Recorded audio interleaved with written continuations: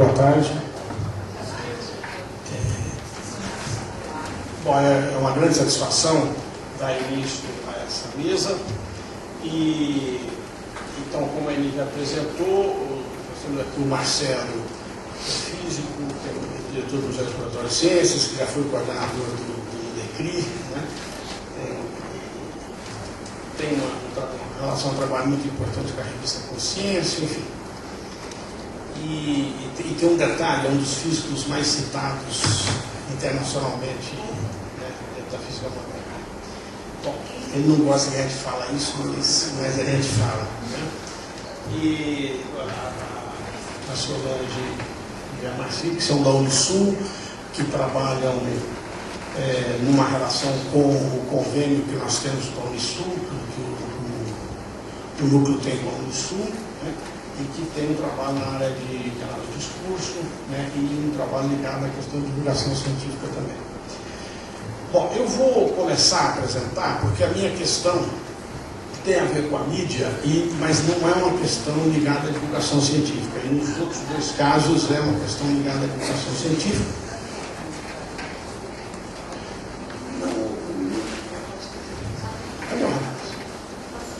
Você pode ver lá no computador ou não tem jeito? Ah, está filmando? Então tá bom, pode filmar. Então, eu vou começar. O que eu vou apresentar é uma coisa ligada ao programa da mídia e ligada muito diretamente ao projeto que nós estamos desenvolvendo na FAPESP. A questão é que será uma coisa apresentada de uma maneira muito resumida, dada a brevidade do tempo, e, portanto, tem algumas coisas que são muito mais complexas do que o modo pelo qual eu vou apresentar. Né? Senão ficaria difícil de apresentar se eu desenvolvesse toda essa complexidade. Então, a primeira coisa que eu gostaria de lembrar, quer dizer, eu vou tratar essa questão da mídia, né? Qual o lugar da mídia hoje, quer dizer, qual o papel político da mídia, né? Na sociedade contemporânea. E eu vou partir de uma ideia extremamente trivial e banal, né? Que é essa ideia de que a mídia, né, é isso que está entre, né, um pouco resgatando, vamos dizer, o sentido etimológico do adjetivo médius, média, médium, né, que deu o substantivo plural neutro, médium, que resultou na palavra mídia em inglês e que daí resultou a palavra mídia em português e nas línguas de modo geral. E esse adjetivo médius, média, médium significa aquilo que está no meio, né? Bom, então é um pouco essa ideia, isso é banal, isso não é nenhuma novidade, mas só estou colocando porque isso vai operar em algum lugar. E esse estar no meio, para mim, significa uma coisa particular, que é a mídia se põe na posição de dizer em nome da sociedade algo para o Estado e o governo, e dizer para a sociedade algo em nome do governo e do Estado. Quer dizer, é essa dupla mão aí que eu estou qualificando como esse estar no meio. Então é um estar no meio um pouco complicado, né? Porque ela sempre está no meio dizendo como se ela dissesse a partir de um lugar, né? Ou como representando a sociedade, ou como representando o governo. Eu acho que essa ambiguidade da posição da mídia, que isso é que tem uma complexidade muito grande, que eu estou passando por cima disso de uma forma horizontal um pouco complicada. Bom, para pensar esse lugar da mídia, eu tomei uma coisa que é residual dentro do funcionamento da mídia, que são as cartas do leitor. Quer dizer, alguma coisa que é reduzida a um pequeno espaço, por exemplo, nos jornais, nas revistas, e que, nessa medida, ele é absolutamente residual, e eu vou olhar para esse particular para levantar aí algumas questões, embora de uma maneira extremamente breve.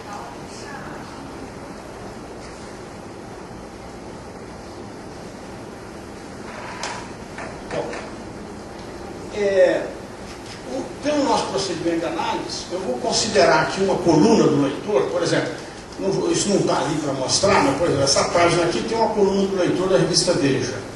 Eu vou considerar que tudo isso é um texto, né?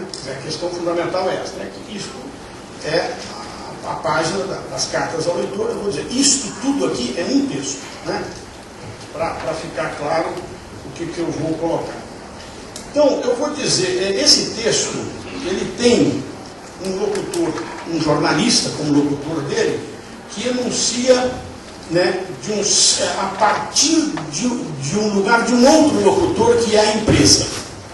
Essa é uma questão importante. Por exemplo, se eu tomar o caso da Folha, né, existe a empresa, existe um lugar da empresa que divide o jornal em seções, como tendências e debates, painel do leitor, e assim por diante. Né? E aí cria esse locutor empresa, cria esse lugar, enuncia esse lugar. E deste lugar, o jornalista enuncia a sua coluna do leitor. Né? Bom, no caso da Folha, o painel do leitor. Bom, o corpus eu tomei 5 órgãos de imprensa numa certa semana de 2005, a semana que terminou em 7 de agosto. E essa semana é uma semana em que as notícias nacionais, em todos esses órgãos de imprensa predominantes, eram sobre a questão da crise do mensalão. Essa questão interessa por alguma razão, uma coisa que eu vou dizer depois.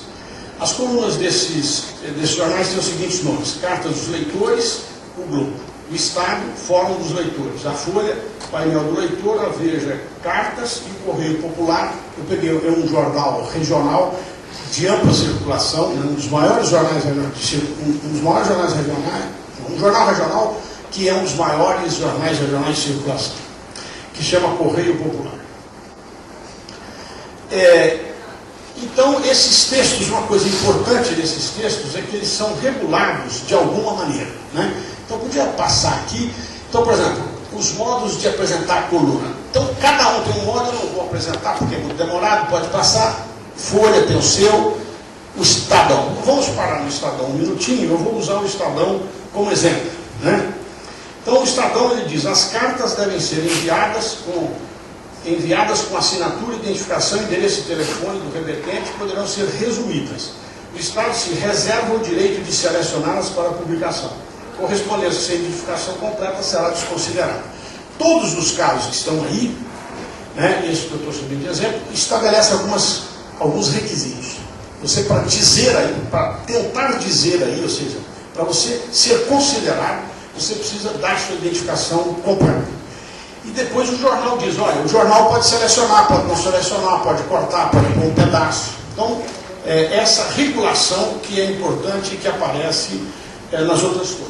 Pode passar, em seguida tem a Veja e tem o Correio Popular, são essas as questões. Então, este modo de regular que eu apresentei sinteticamente, me leva a pensar uma questão que eu chamo que é o agenciamento da enunciação, nesse modo de enunciação da coluna do leitor. Né? Isso. Então, esse agenciamento da enunciação, ele é regulado nos órgãos de imprensa. Foi aquilo que eu tentei mostrar nos exemplos rapidamente. Algumas dessas características, né, são próprias. Né? Quais são as características próprias desse modo de agenciar o leitor? Né? Primeiro, o lugar do alocutário, quer dizer, esse leitor, né? Este alocutário, este leitor, ele se faz locutor, né, num quadro em que a relação locutor-alocutário é institucionalmente marcada pela não simetria. Ou seja, tem uma relação jornal-leitor que é assimétrica. E é nessa assimetria que o leitor vai procurar um lugar de ser locutor. Né? A passagem de alocutário a locutor, ou seja, de leitor a um locutor dentro do jornal, se faz segundo esta regulação que eu mostrei há pouco dos órgãos de imprensa. Né? E isto que caracteriza esse locutor, que eu vou te chamar então de um locutor-leitor. Quer dizer, o que eu quero caracterizar com isso é que, pelo modo de regular a possibilidade dele dizer, ele só é locutor enquanto leitor. Essa é a característica específica desse lugar. Assim, os locutores leitor, né, destas cartas se representam como uma concessão do órgão de imprensa nessa cena. Né? É o B que está ali. E uma outra característica é que os textos publicados são escolhidos pela editoria do jornal e sujeitos a copydesk. Ou seja, a passagem de leitor a locutor, locutor-leitor, se faz através do locutor jornalista. Quer dizer, o locutor jornalista que diz: esse pedaço entra, esse pedaço não entra, esta carta vai, esta carta não vai. Esse modo de agenciamento enunciativo do locutor-leitor dá às cartas do leitor reproduzidas o funcionamento do discurso relatado. Trata-se de discurso direto, cuja marcação ao modo de um verbo dicende, quer dizer, o que aparece como marcação não é um verbo dicende, do tipo eu disse, eu digo o quê, né? Mas é uma outra marcação. A marcação é por uma titulagem, ou seja, esse texto que é a coluna é separado em títulos e tem lá um título, depois ali vem um texto, depois tem um outro título, e ao mesmo tempo é marcado pelo nome do autor daquele trecho. Então tem lá, política, tem um trecho, põe lá, José da Silva. Né? Então são esses os elementos que marcam essa relação de discurso direto. Então, isso coloca essa coisa de que é o discurso direto dentro desse modo de formar esse texto específico. Né? E isso normalmente traz certas identificações. Normalmente a indicação da cidade, então você tem uma geografia marcando a identidade, e às vezes um número de e-mail, né, que representa aí uma certa atualidade. Quando aparece o número de e-mail, se representa aí a possibilidade de abrir uma rede de conversa entre esses leitores, locutores dessa coluna. Né? Então, nessa medida, enquanto partes de um texto em discurso direto, cada transcrição, cada trecho que é excluído e transcrito, é apresentada ou como um texto de alguém, ou como parte de um texto de alguém. Né? Então a coluna é como se fosse uma coisa dessa forma. Esse texto que é a coluna é algo como: eu digo que, fulano disse T, Beltrano disse que, Ciclano disse S, e assim por diante. É um texto que tem essa forma. Onde esse eu representa o jornalista, o outro jornalista, e esse fulano, Beltrano, Ciclano são os diversos nomes que aparecem como locutor-leitor. Né? E é interessante que eles aparecem na forma da terceira pessoa. Eles não aparecem na forma de um eu dentro de um eu, mas como nome em terceira pessoa de alguém dito por um eu, que é o jornalista, que é que está ali representado em eu digo quem. Então, nessa medida, nós temos dois aspectos importantes na caracterização desse texto. A primeira delas é que nós temos que nos perguntar o seguinte: a que é que se relaciona esse T, Q e S? Ou seja, sobre que o fulano, Beltrano e Ciclano falam na coluna? Essa é uma questão. E uma segunda, quem é o alocutário do locutor jornalista e do locutor leitor? Eu vou começar por esse segundo aspecto. Bom, obviamente o leitor do jornalista são os leitores. Bom, isso é o princípio básico.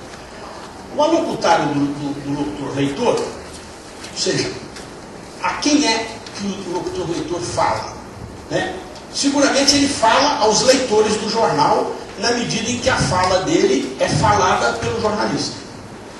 Mas, se eu considerar o problema de sobre que fulano, Beltrano, Ciclano falam, nós vamos perceber que tem um outro domínio de leitor aí, considerado pelo locutor-leitor.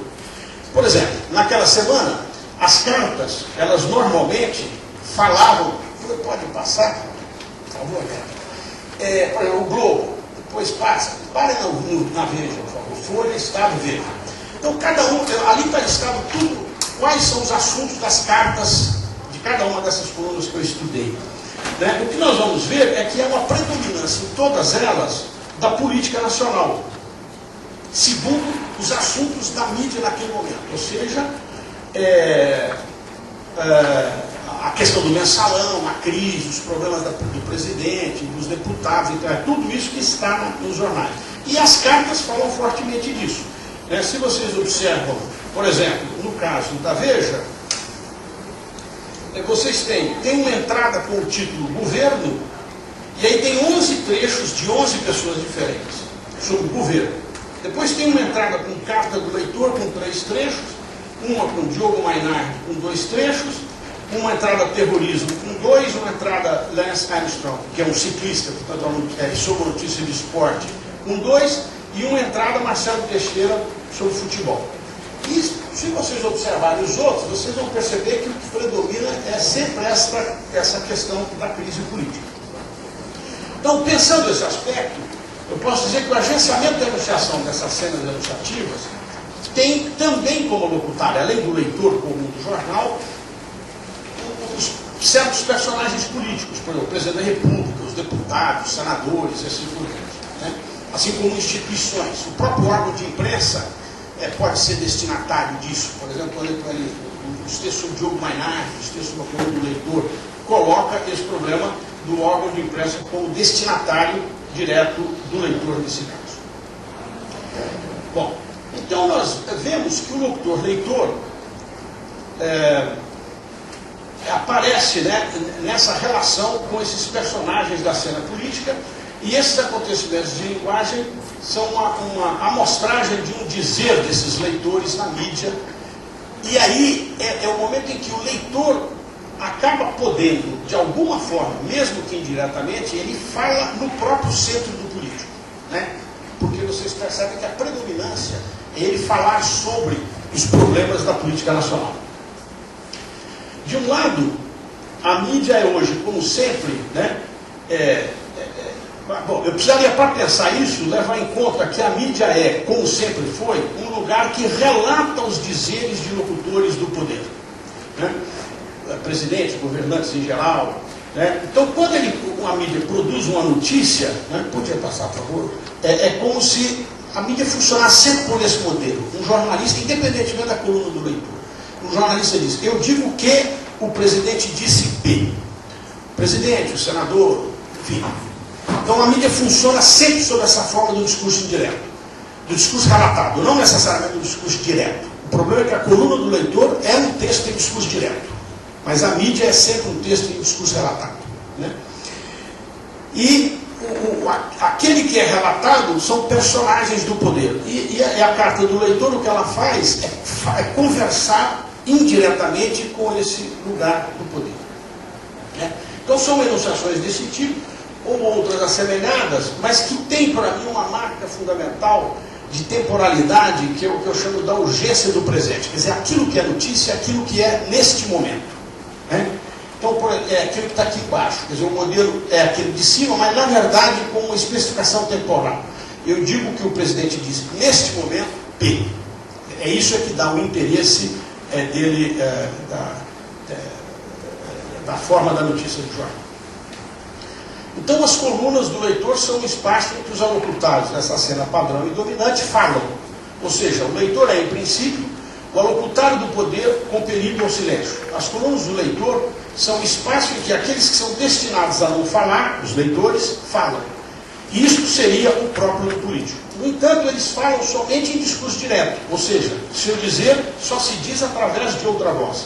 Assim, os dizeres dos leitores acabam por serem julgados pela cena que os faz falar. E os faz falar somente na medida em que regulam o seu dizer, em que seu dizer está submetido a uma censura, no sentido que ele chama da política do silêncio. O político aqui acaba por reduzir-se, na melhor das hipóteses, ao que o Rancière chama de a parapolítica. O político aí aparece enquanto administrado por uma instituição da sociedade. Então, para finalizar, algumas considerações. Esta é uma prática, a prática da coluna do leitor, cujo agenciamento transforma locutários em locutor por uma concessão regulada. E este é um modo de enunciar clássico das colunas de leitor. Bom, em que medida esta é uma prática política? Nós poderíamos dizer que ela pode ser vista como uma prática que trabalha a questão de cada coisa estar no seu lugar. Mas eu acho que, como eu supus antes, não é bem isso, né? É preciso levar em consideração algumas coisas para que eu possa sustentar a hipótese que eu fiz antes de que se trata da parapolítica. Nas cartas do leitor, esse locutor empresa, através de seus locutores jornalistas, regula a entrada da fala dos locutários, enquanto locutor-leitor, aquilo que o jornal, por seu modo de administrar o dizer do leitor, pratica como tolerável nas relações com o poder. Assim, a mídia, no caso analisado, se coloca como um lugar que representa a possibilidade de se poder dizer como todos, mesmo que esta fala não deixe de ser quase que somente a fala do jornal, que de resto é a fala de quem? Da sociedade, ou do governo do Estado, ou dela.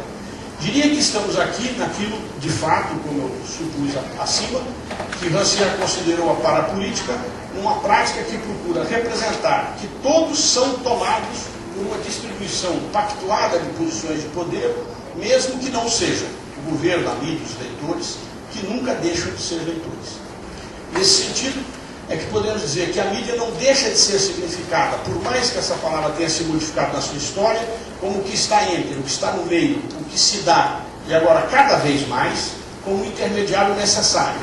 E sem dúvida, isso tem a ver, embora eu tenha analisado um outro procedimento para olhar o funcionamento geral da mídia, isso tem a ver com o modo de pensar todos os aspectos da vida da sociedade hoje, incluindo aí o lugar que se tem dado à ciência, e que é um pouco o que o Marcelo e a sua redação vão colocar.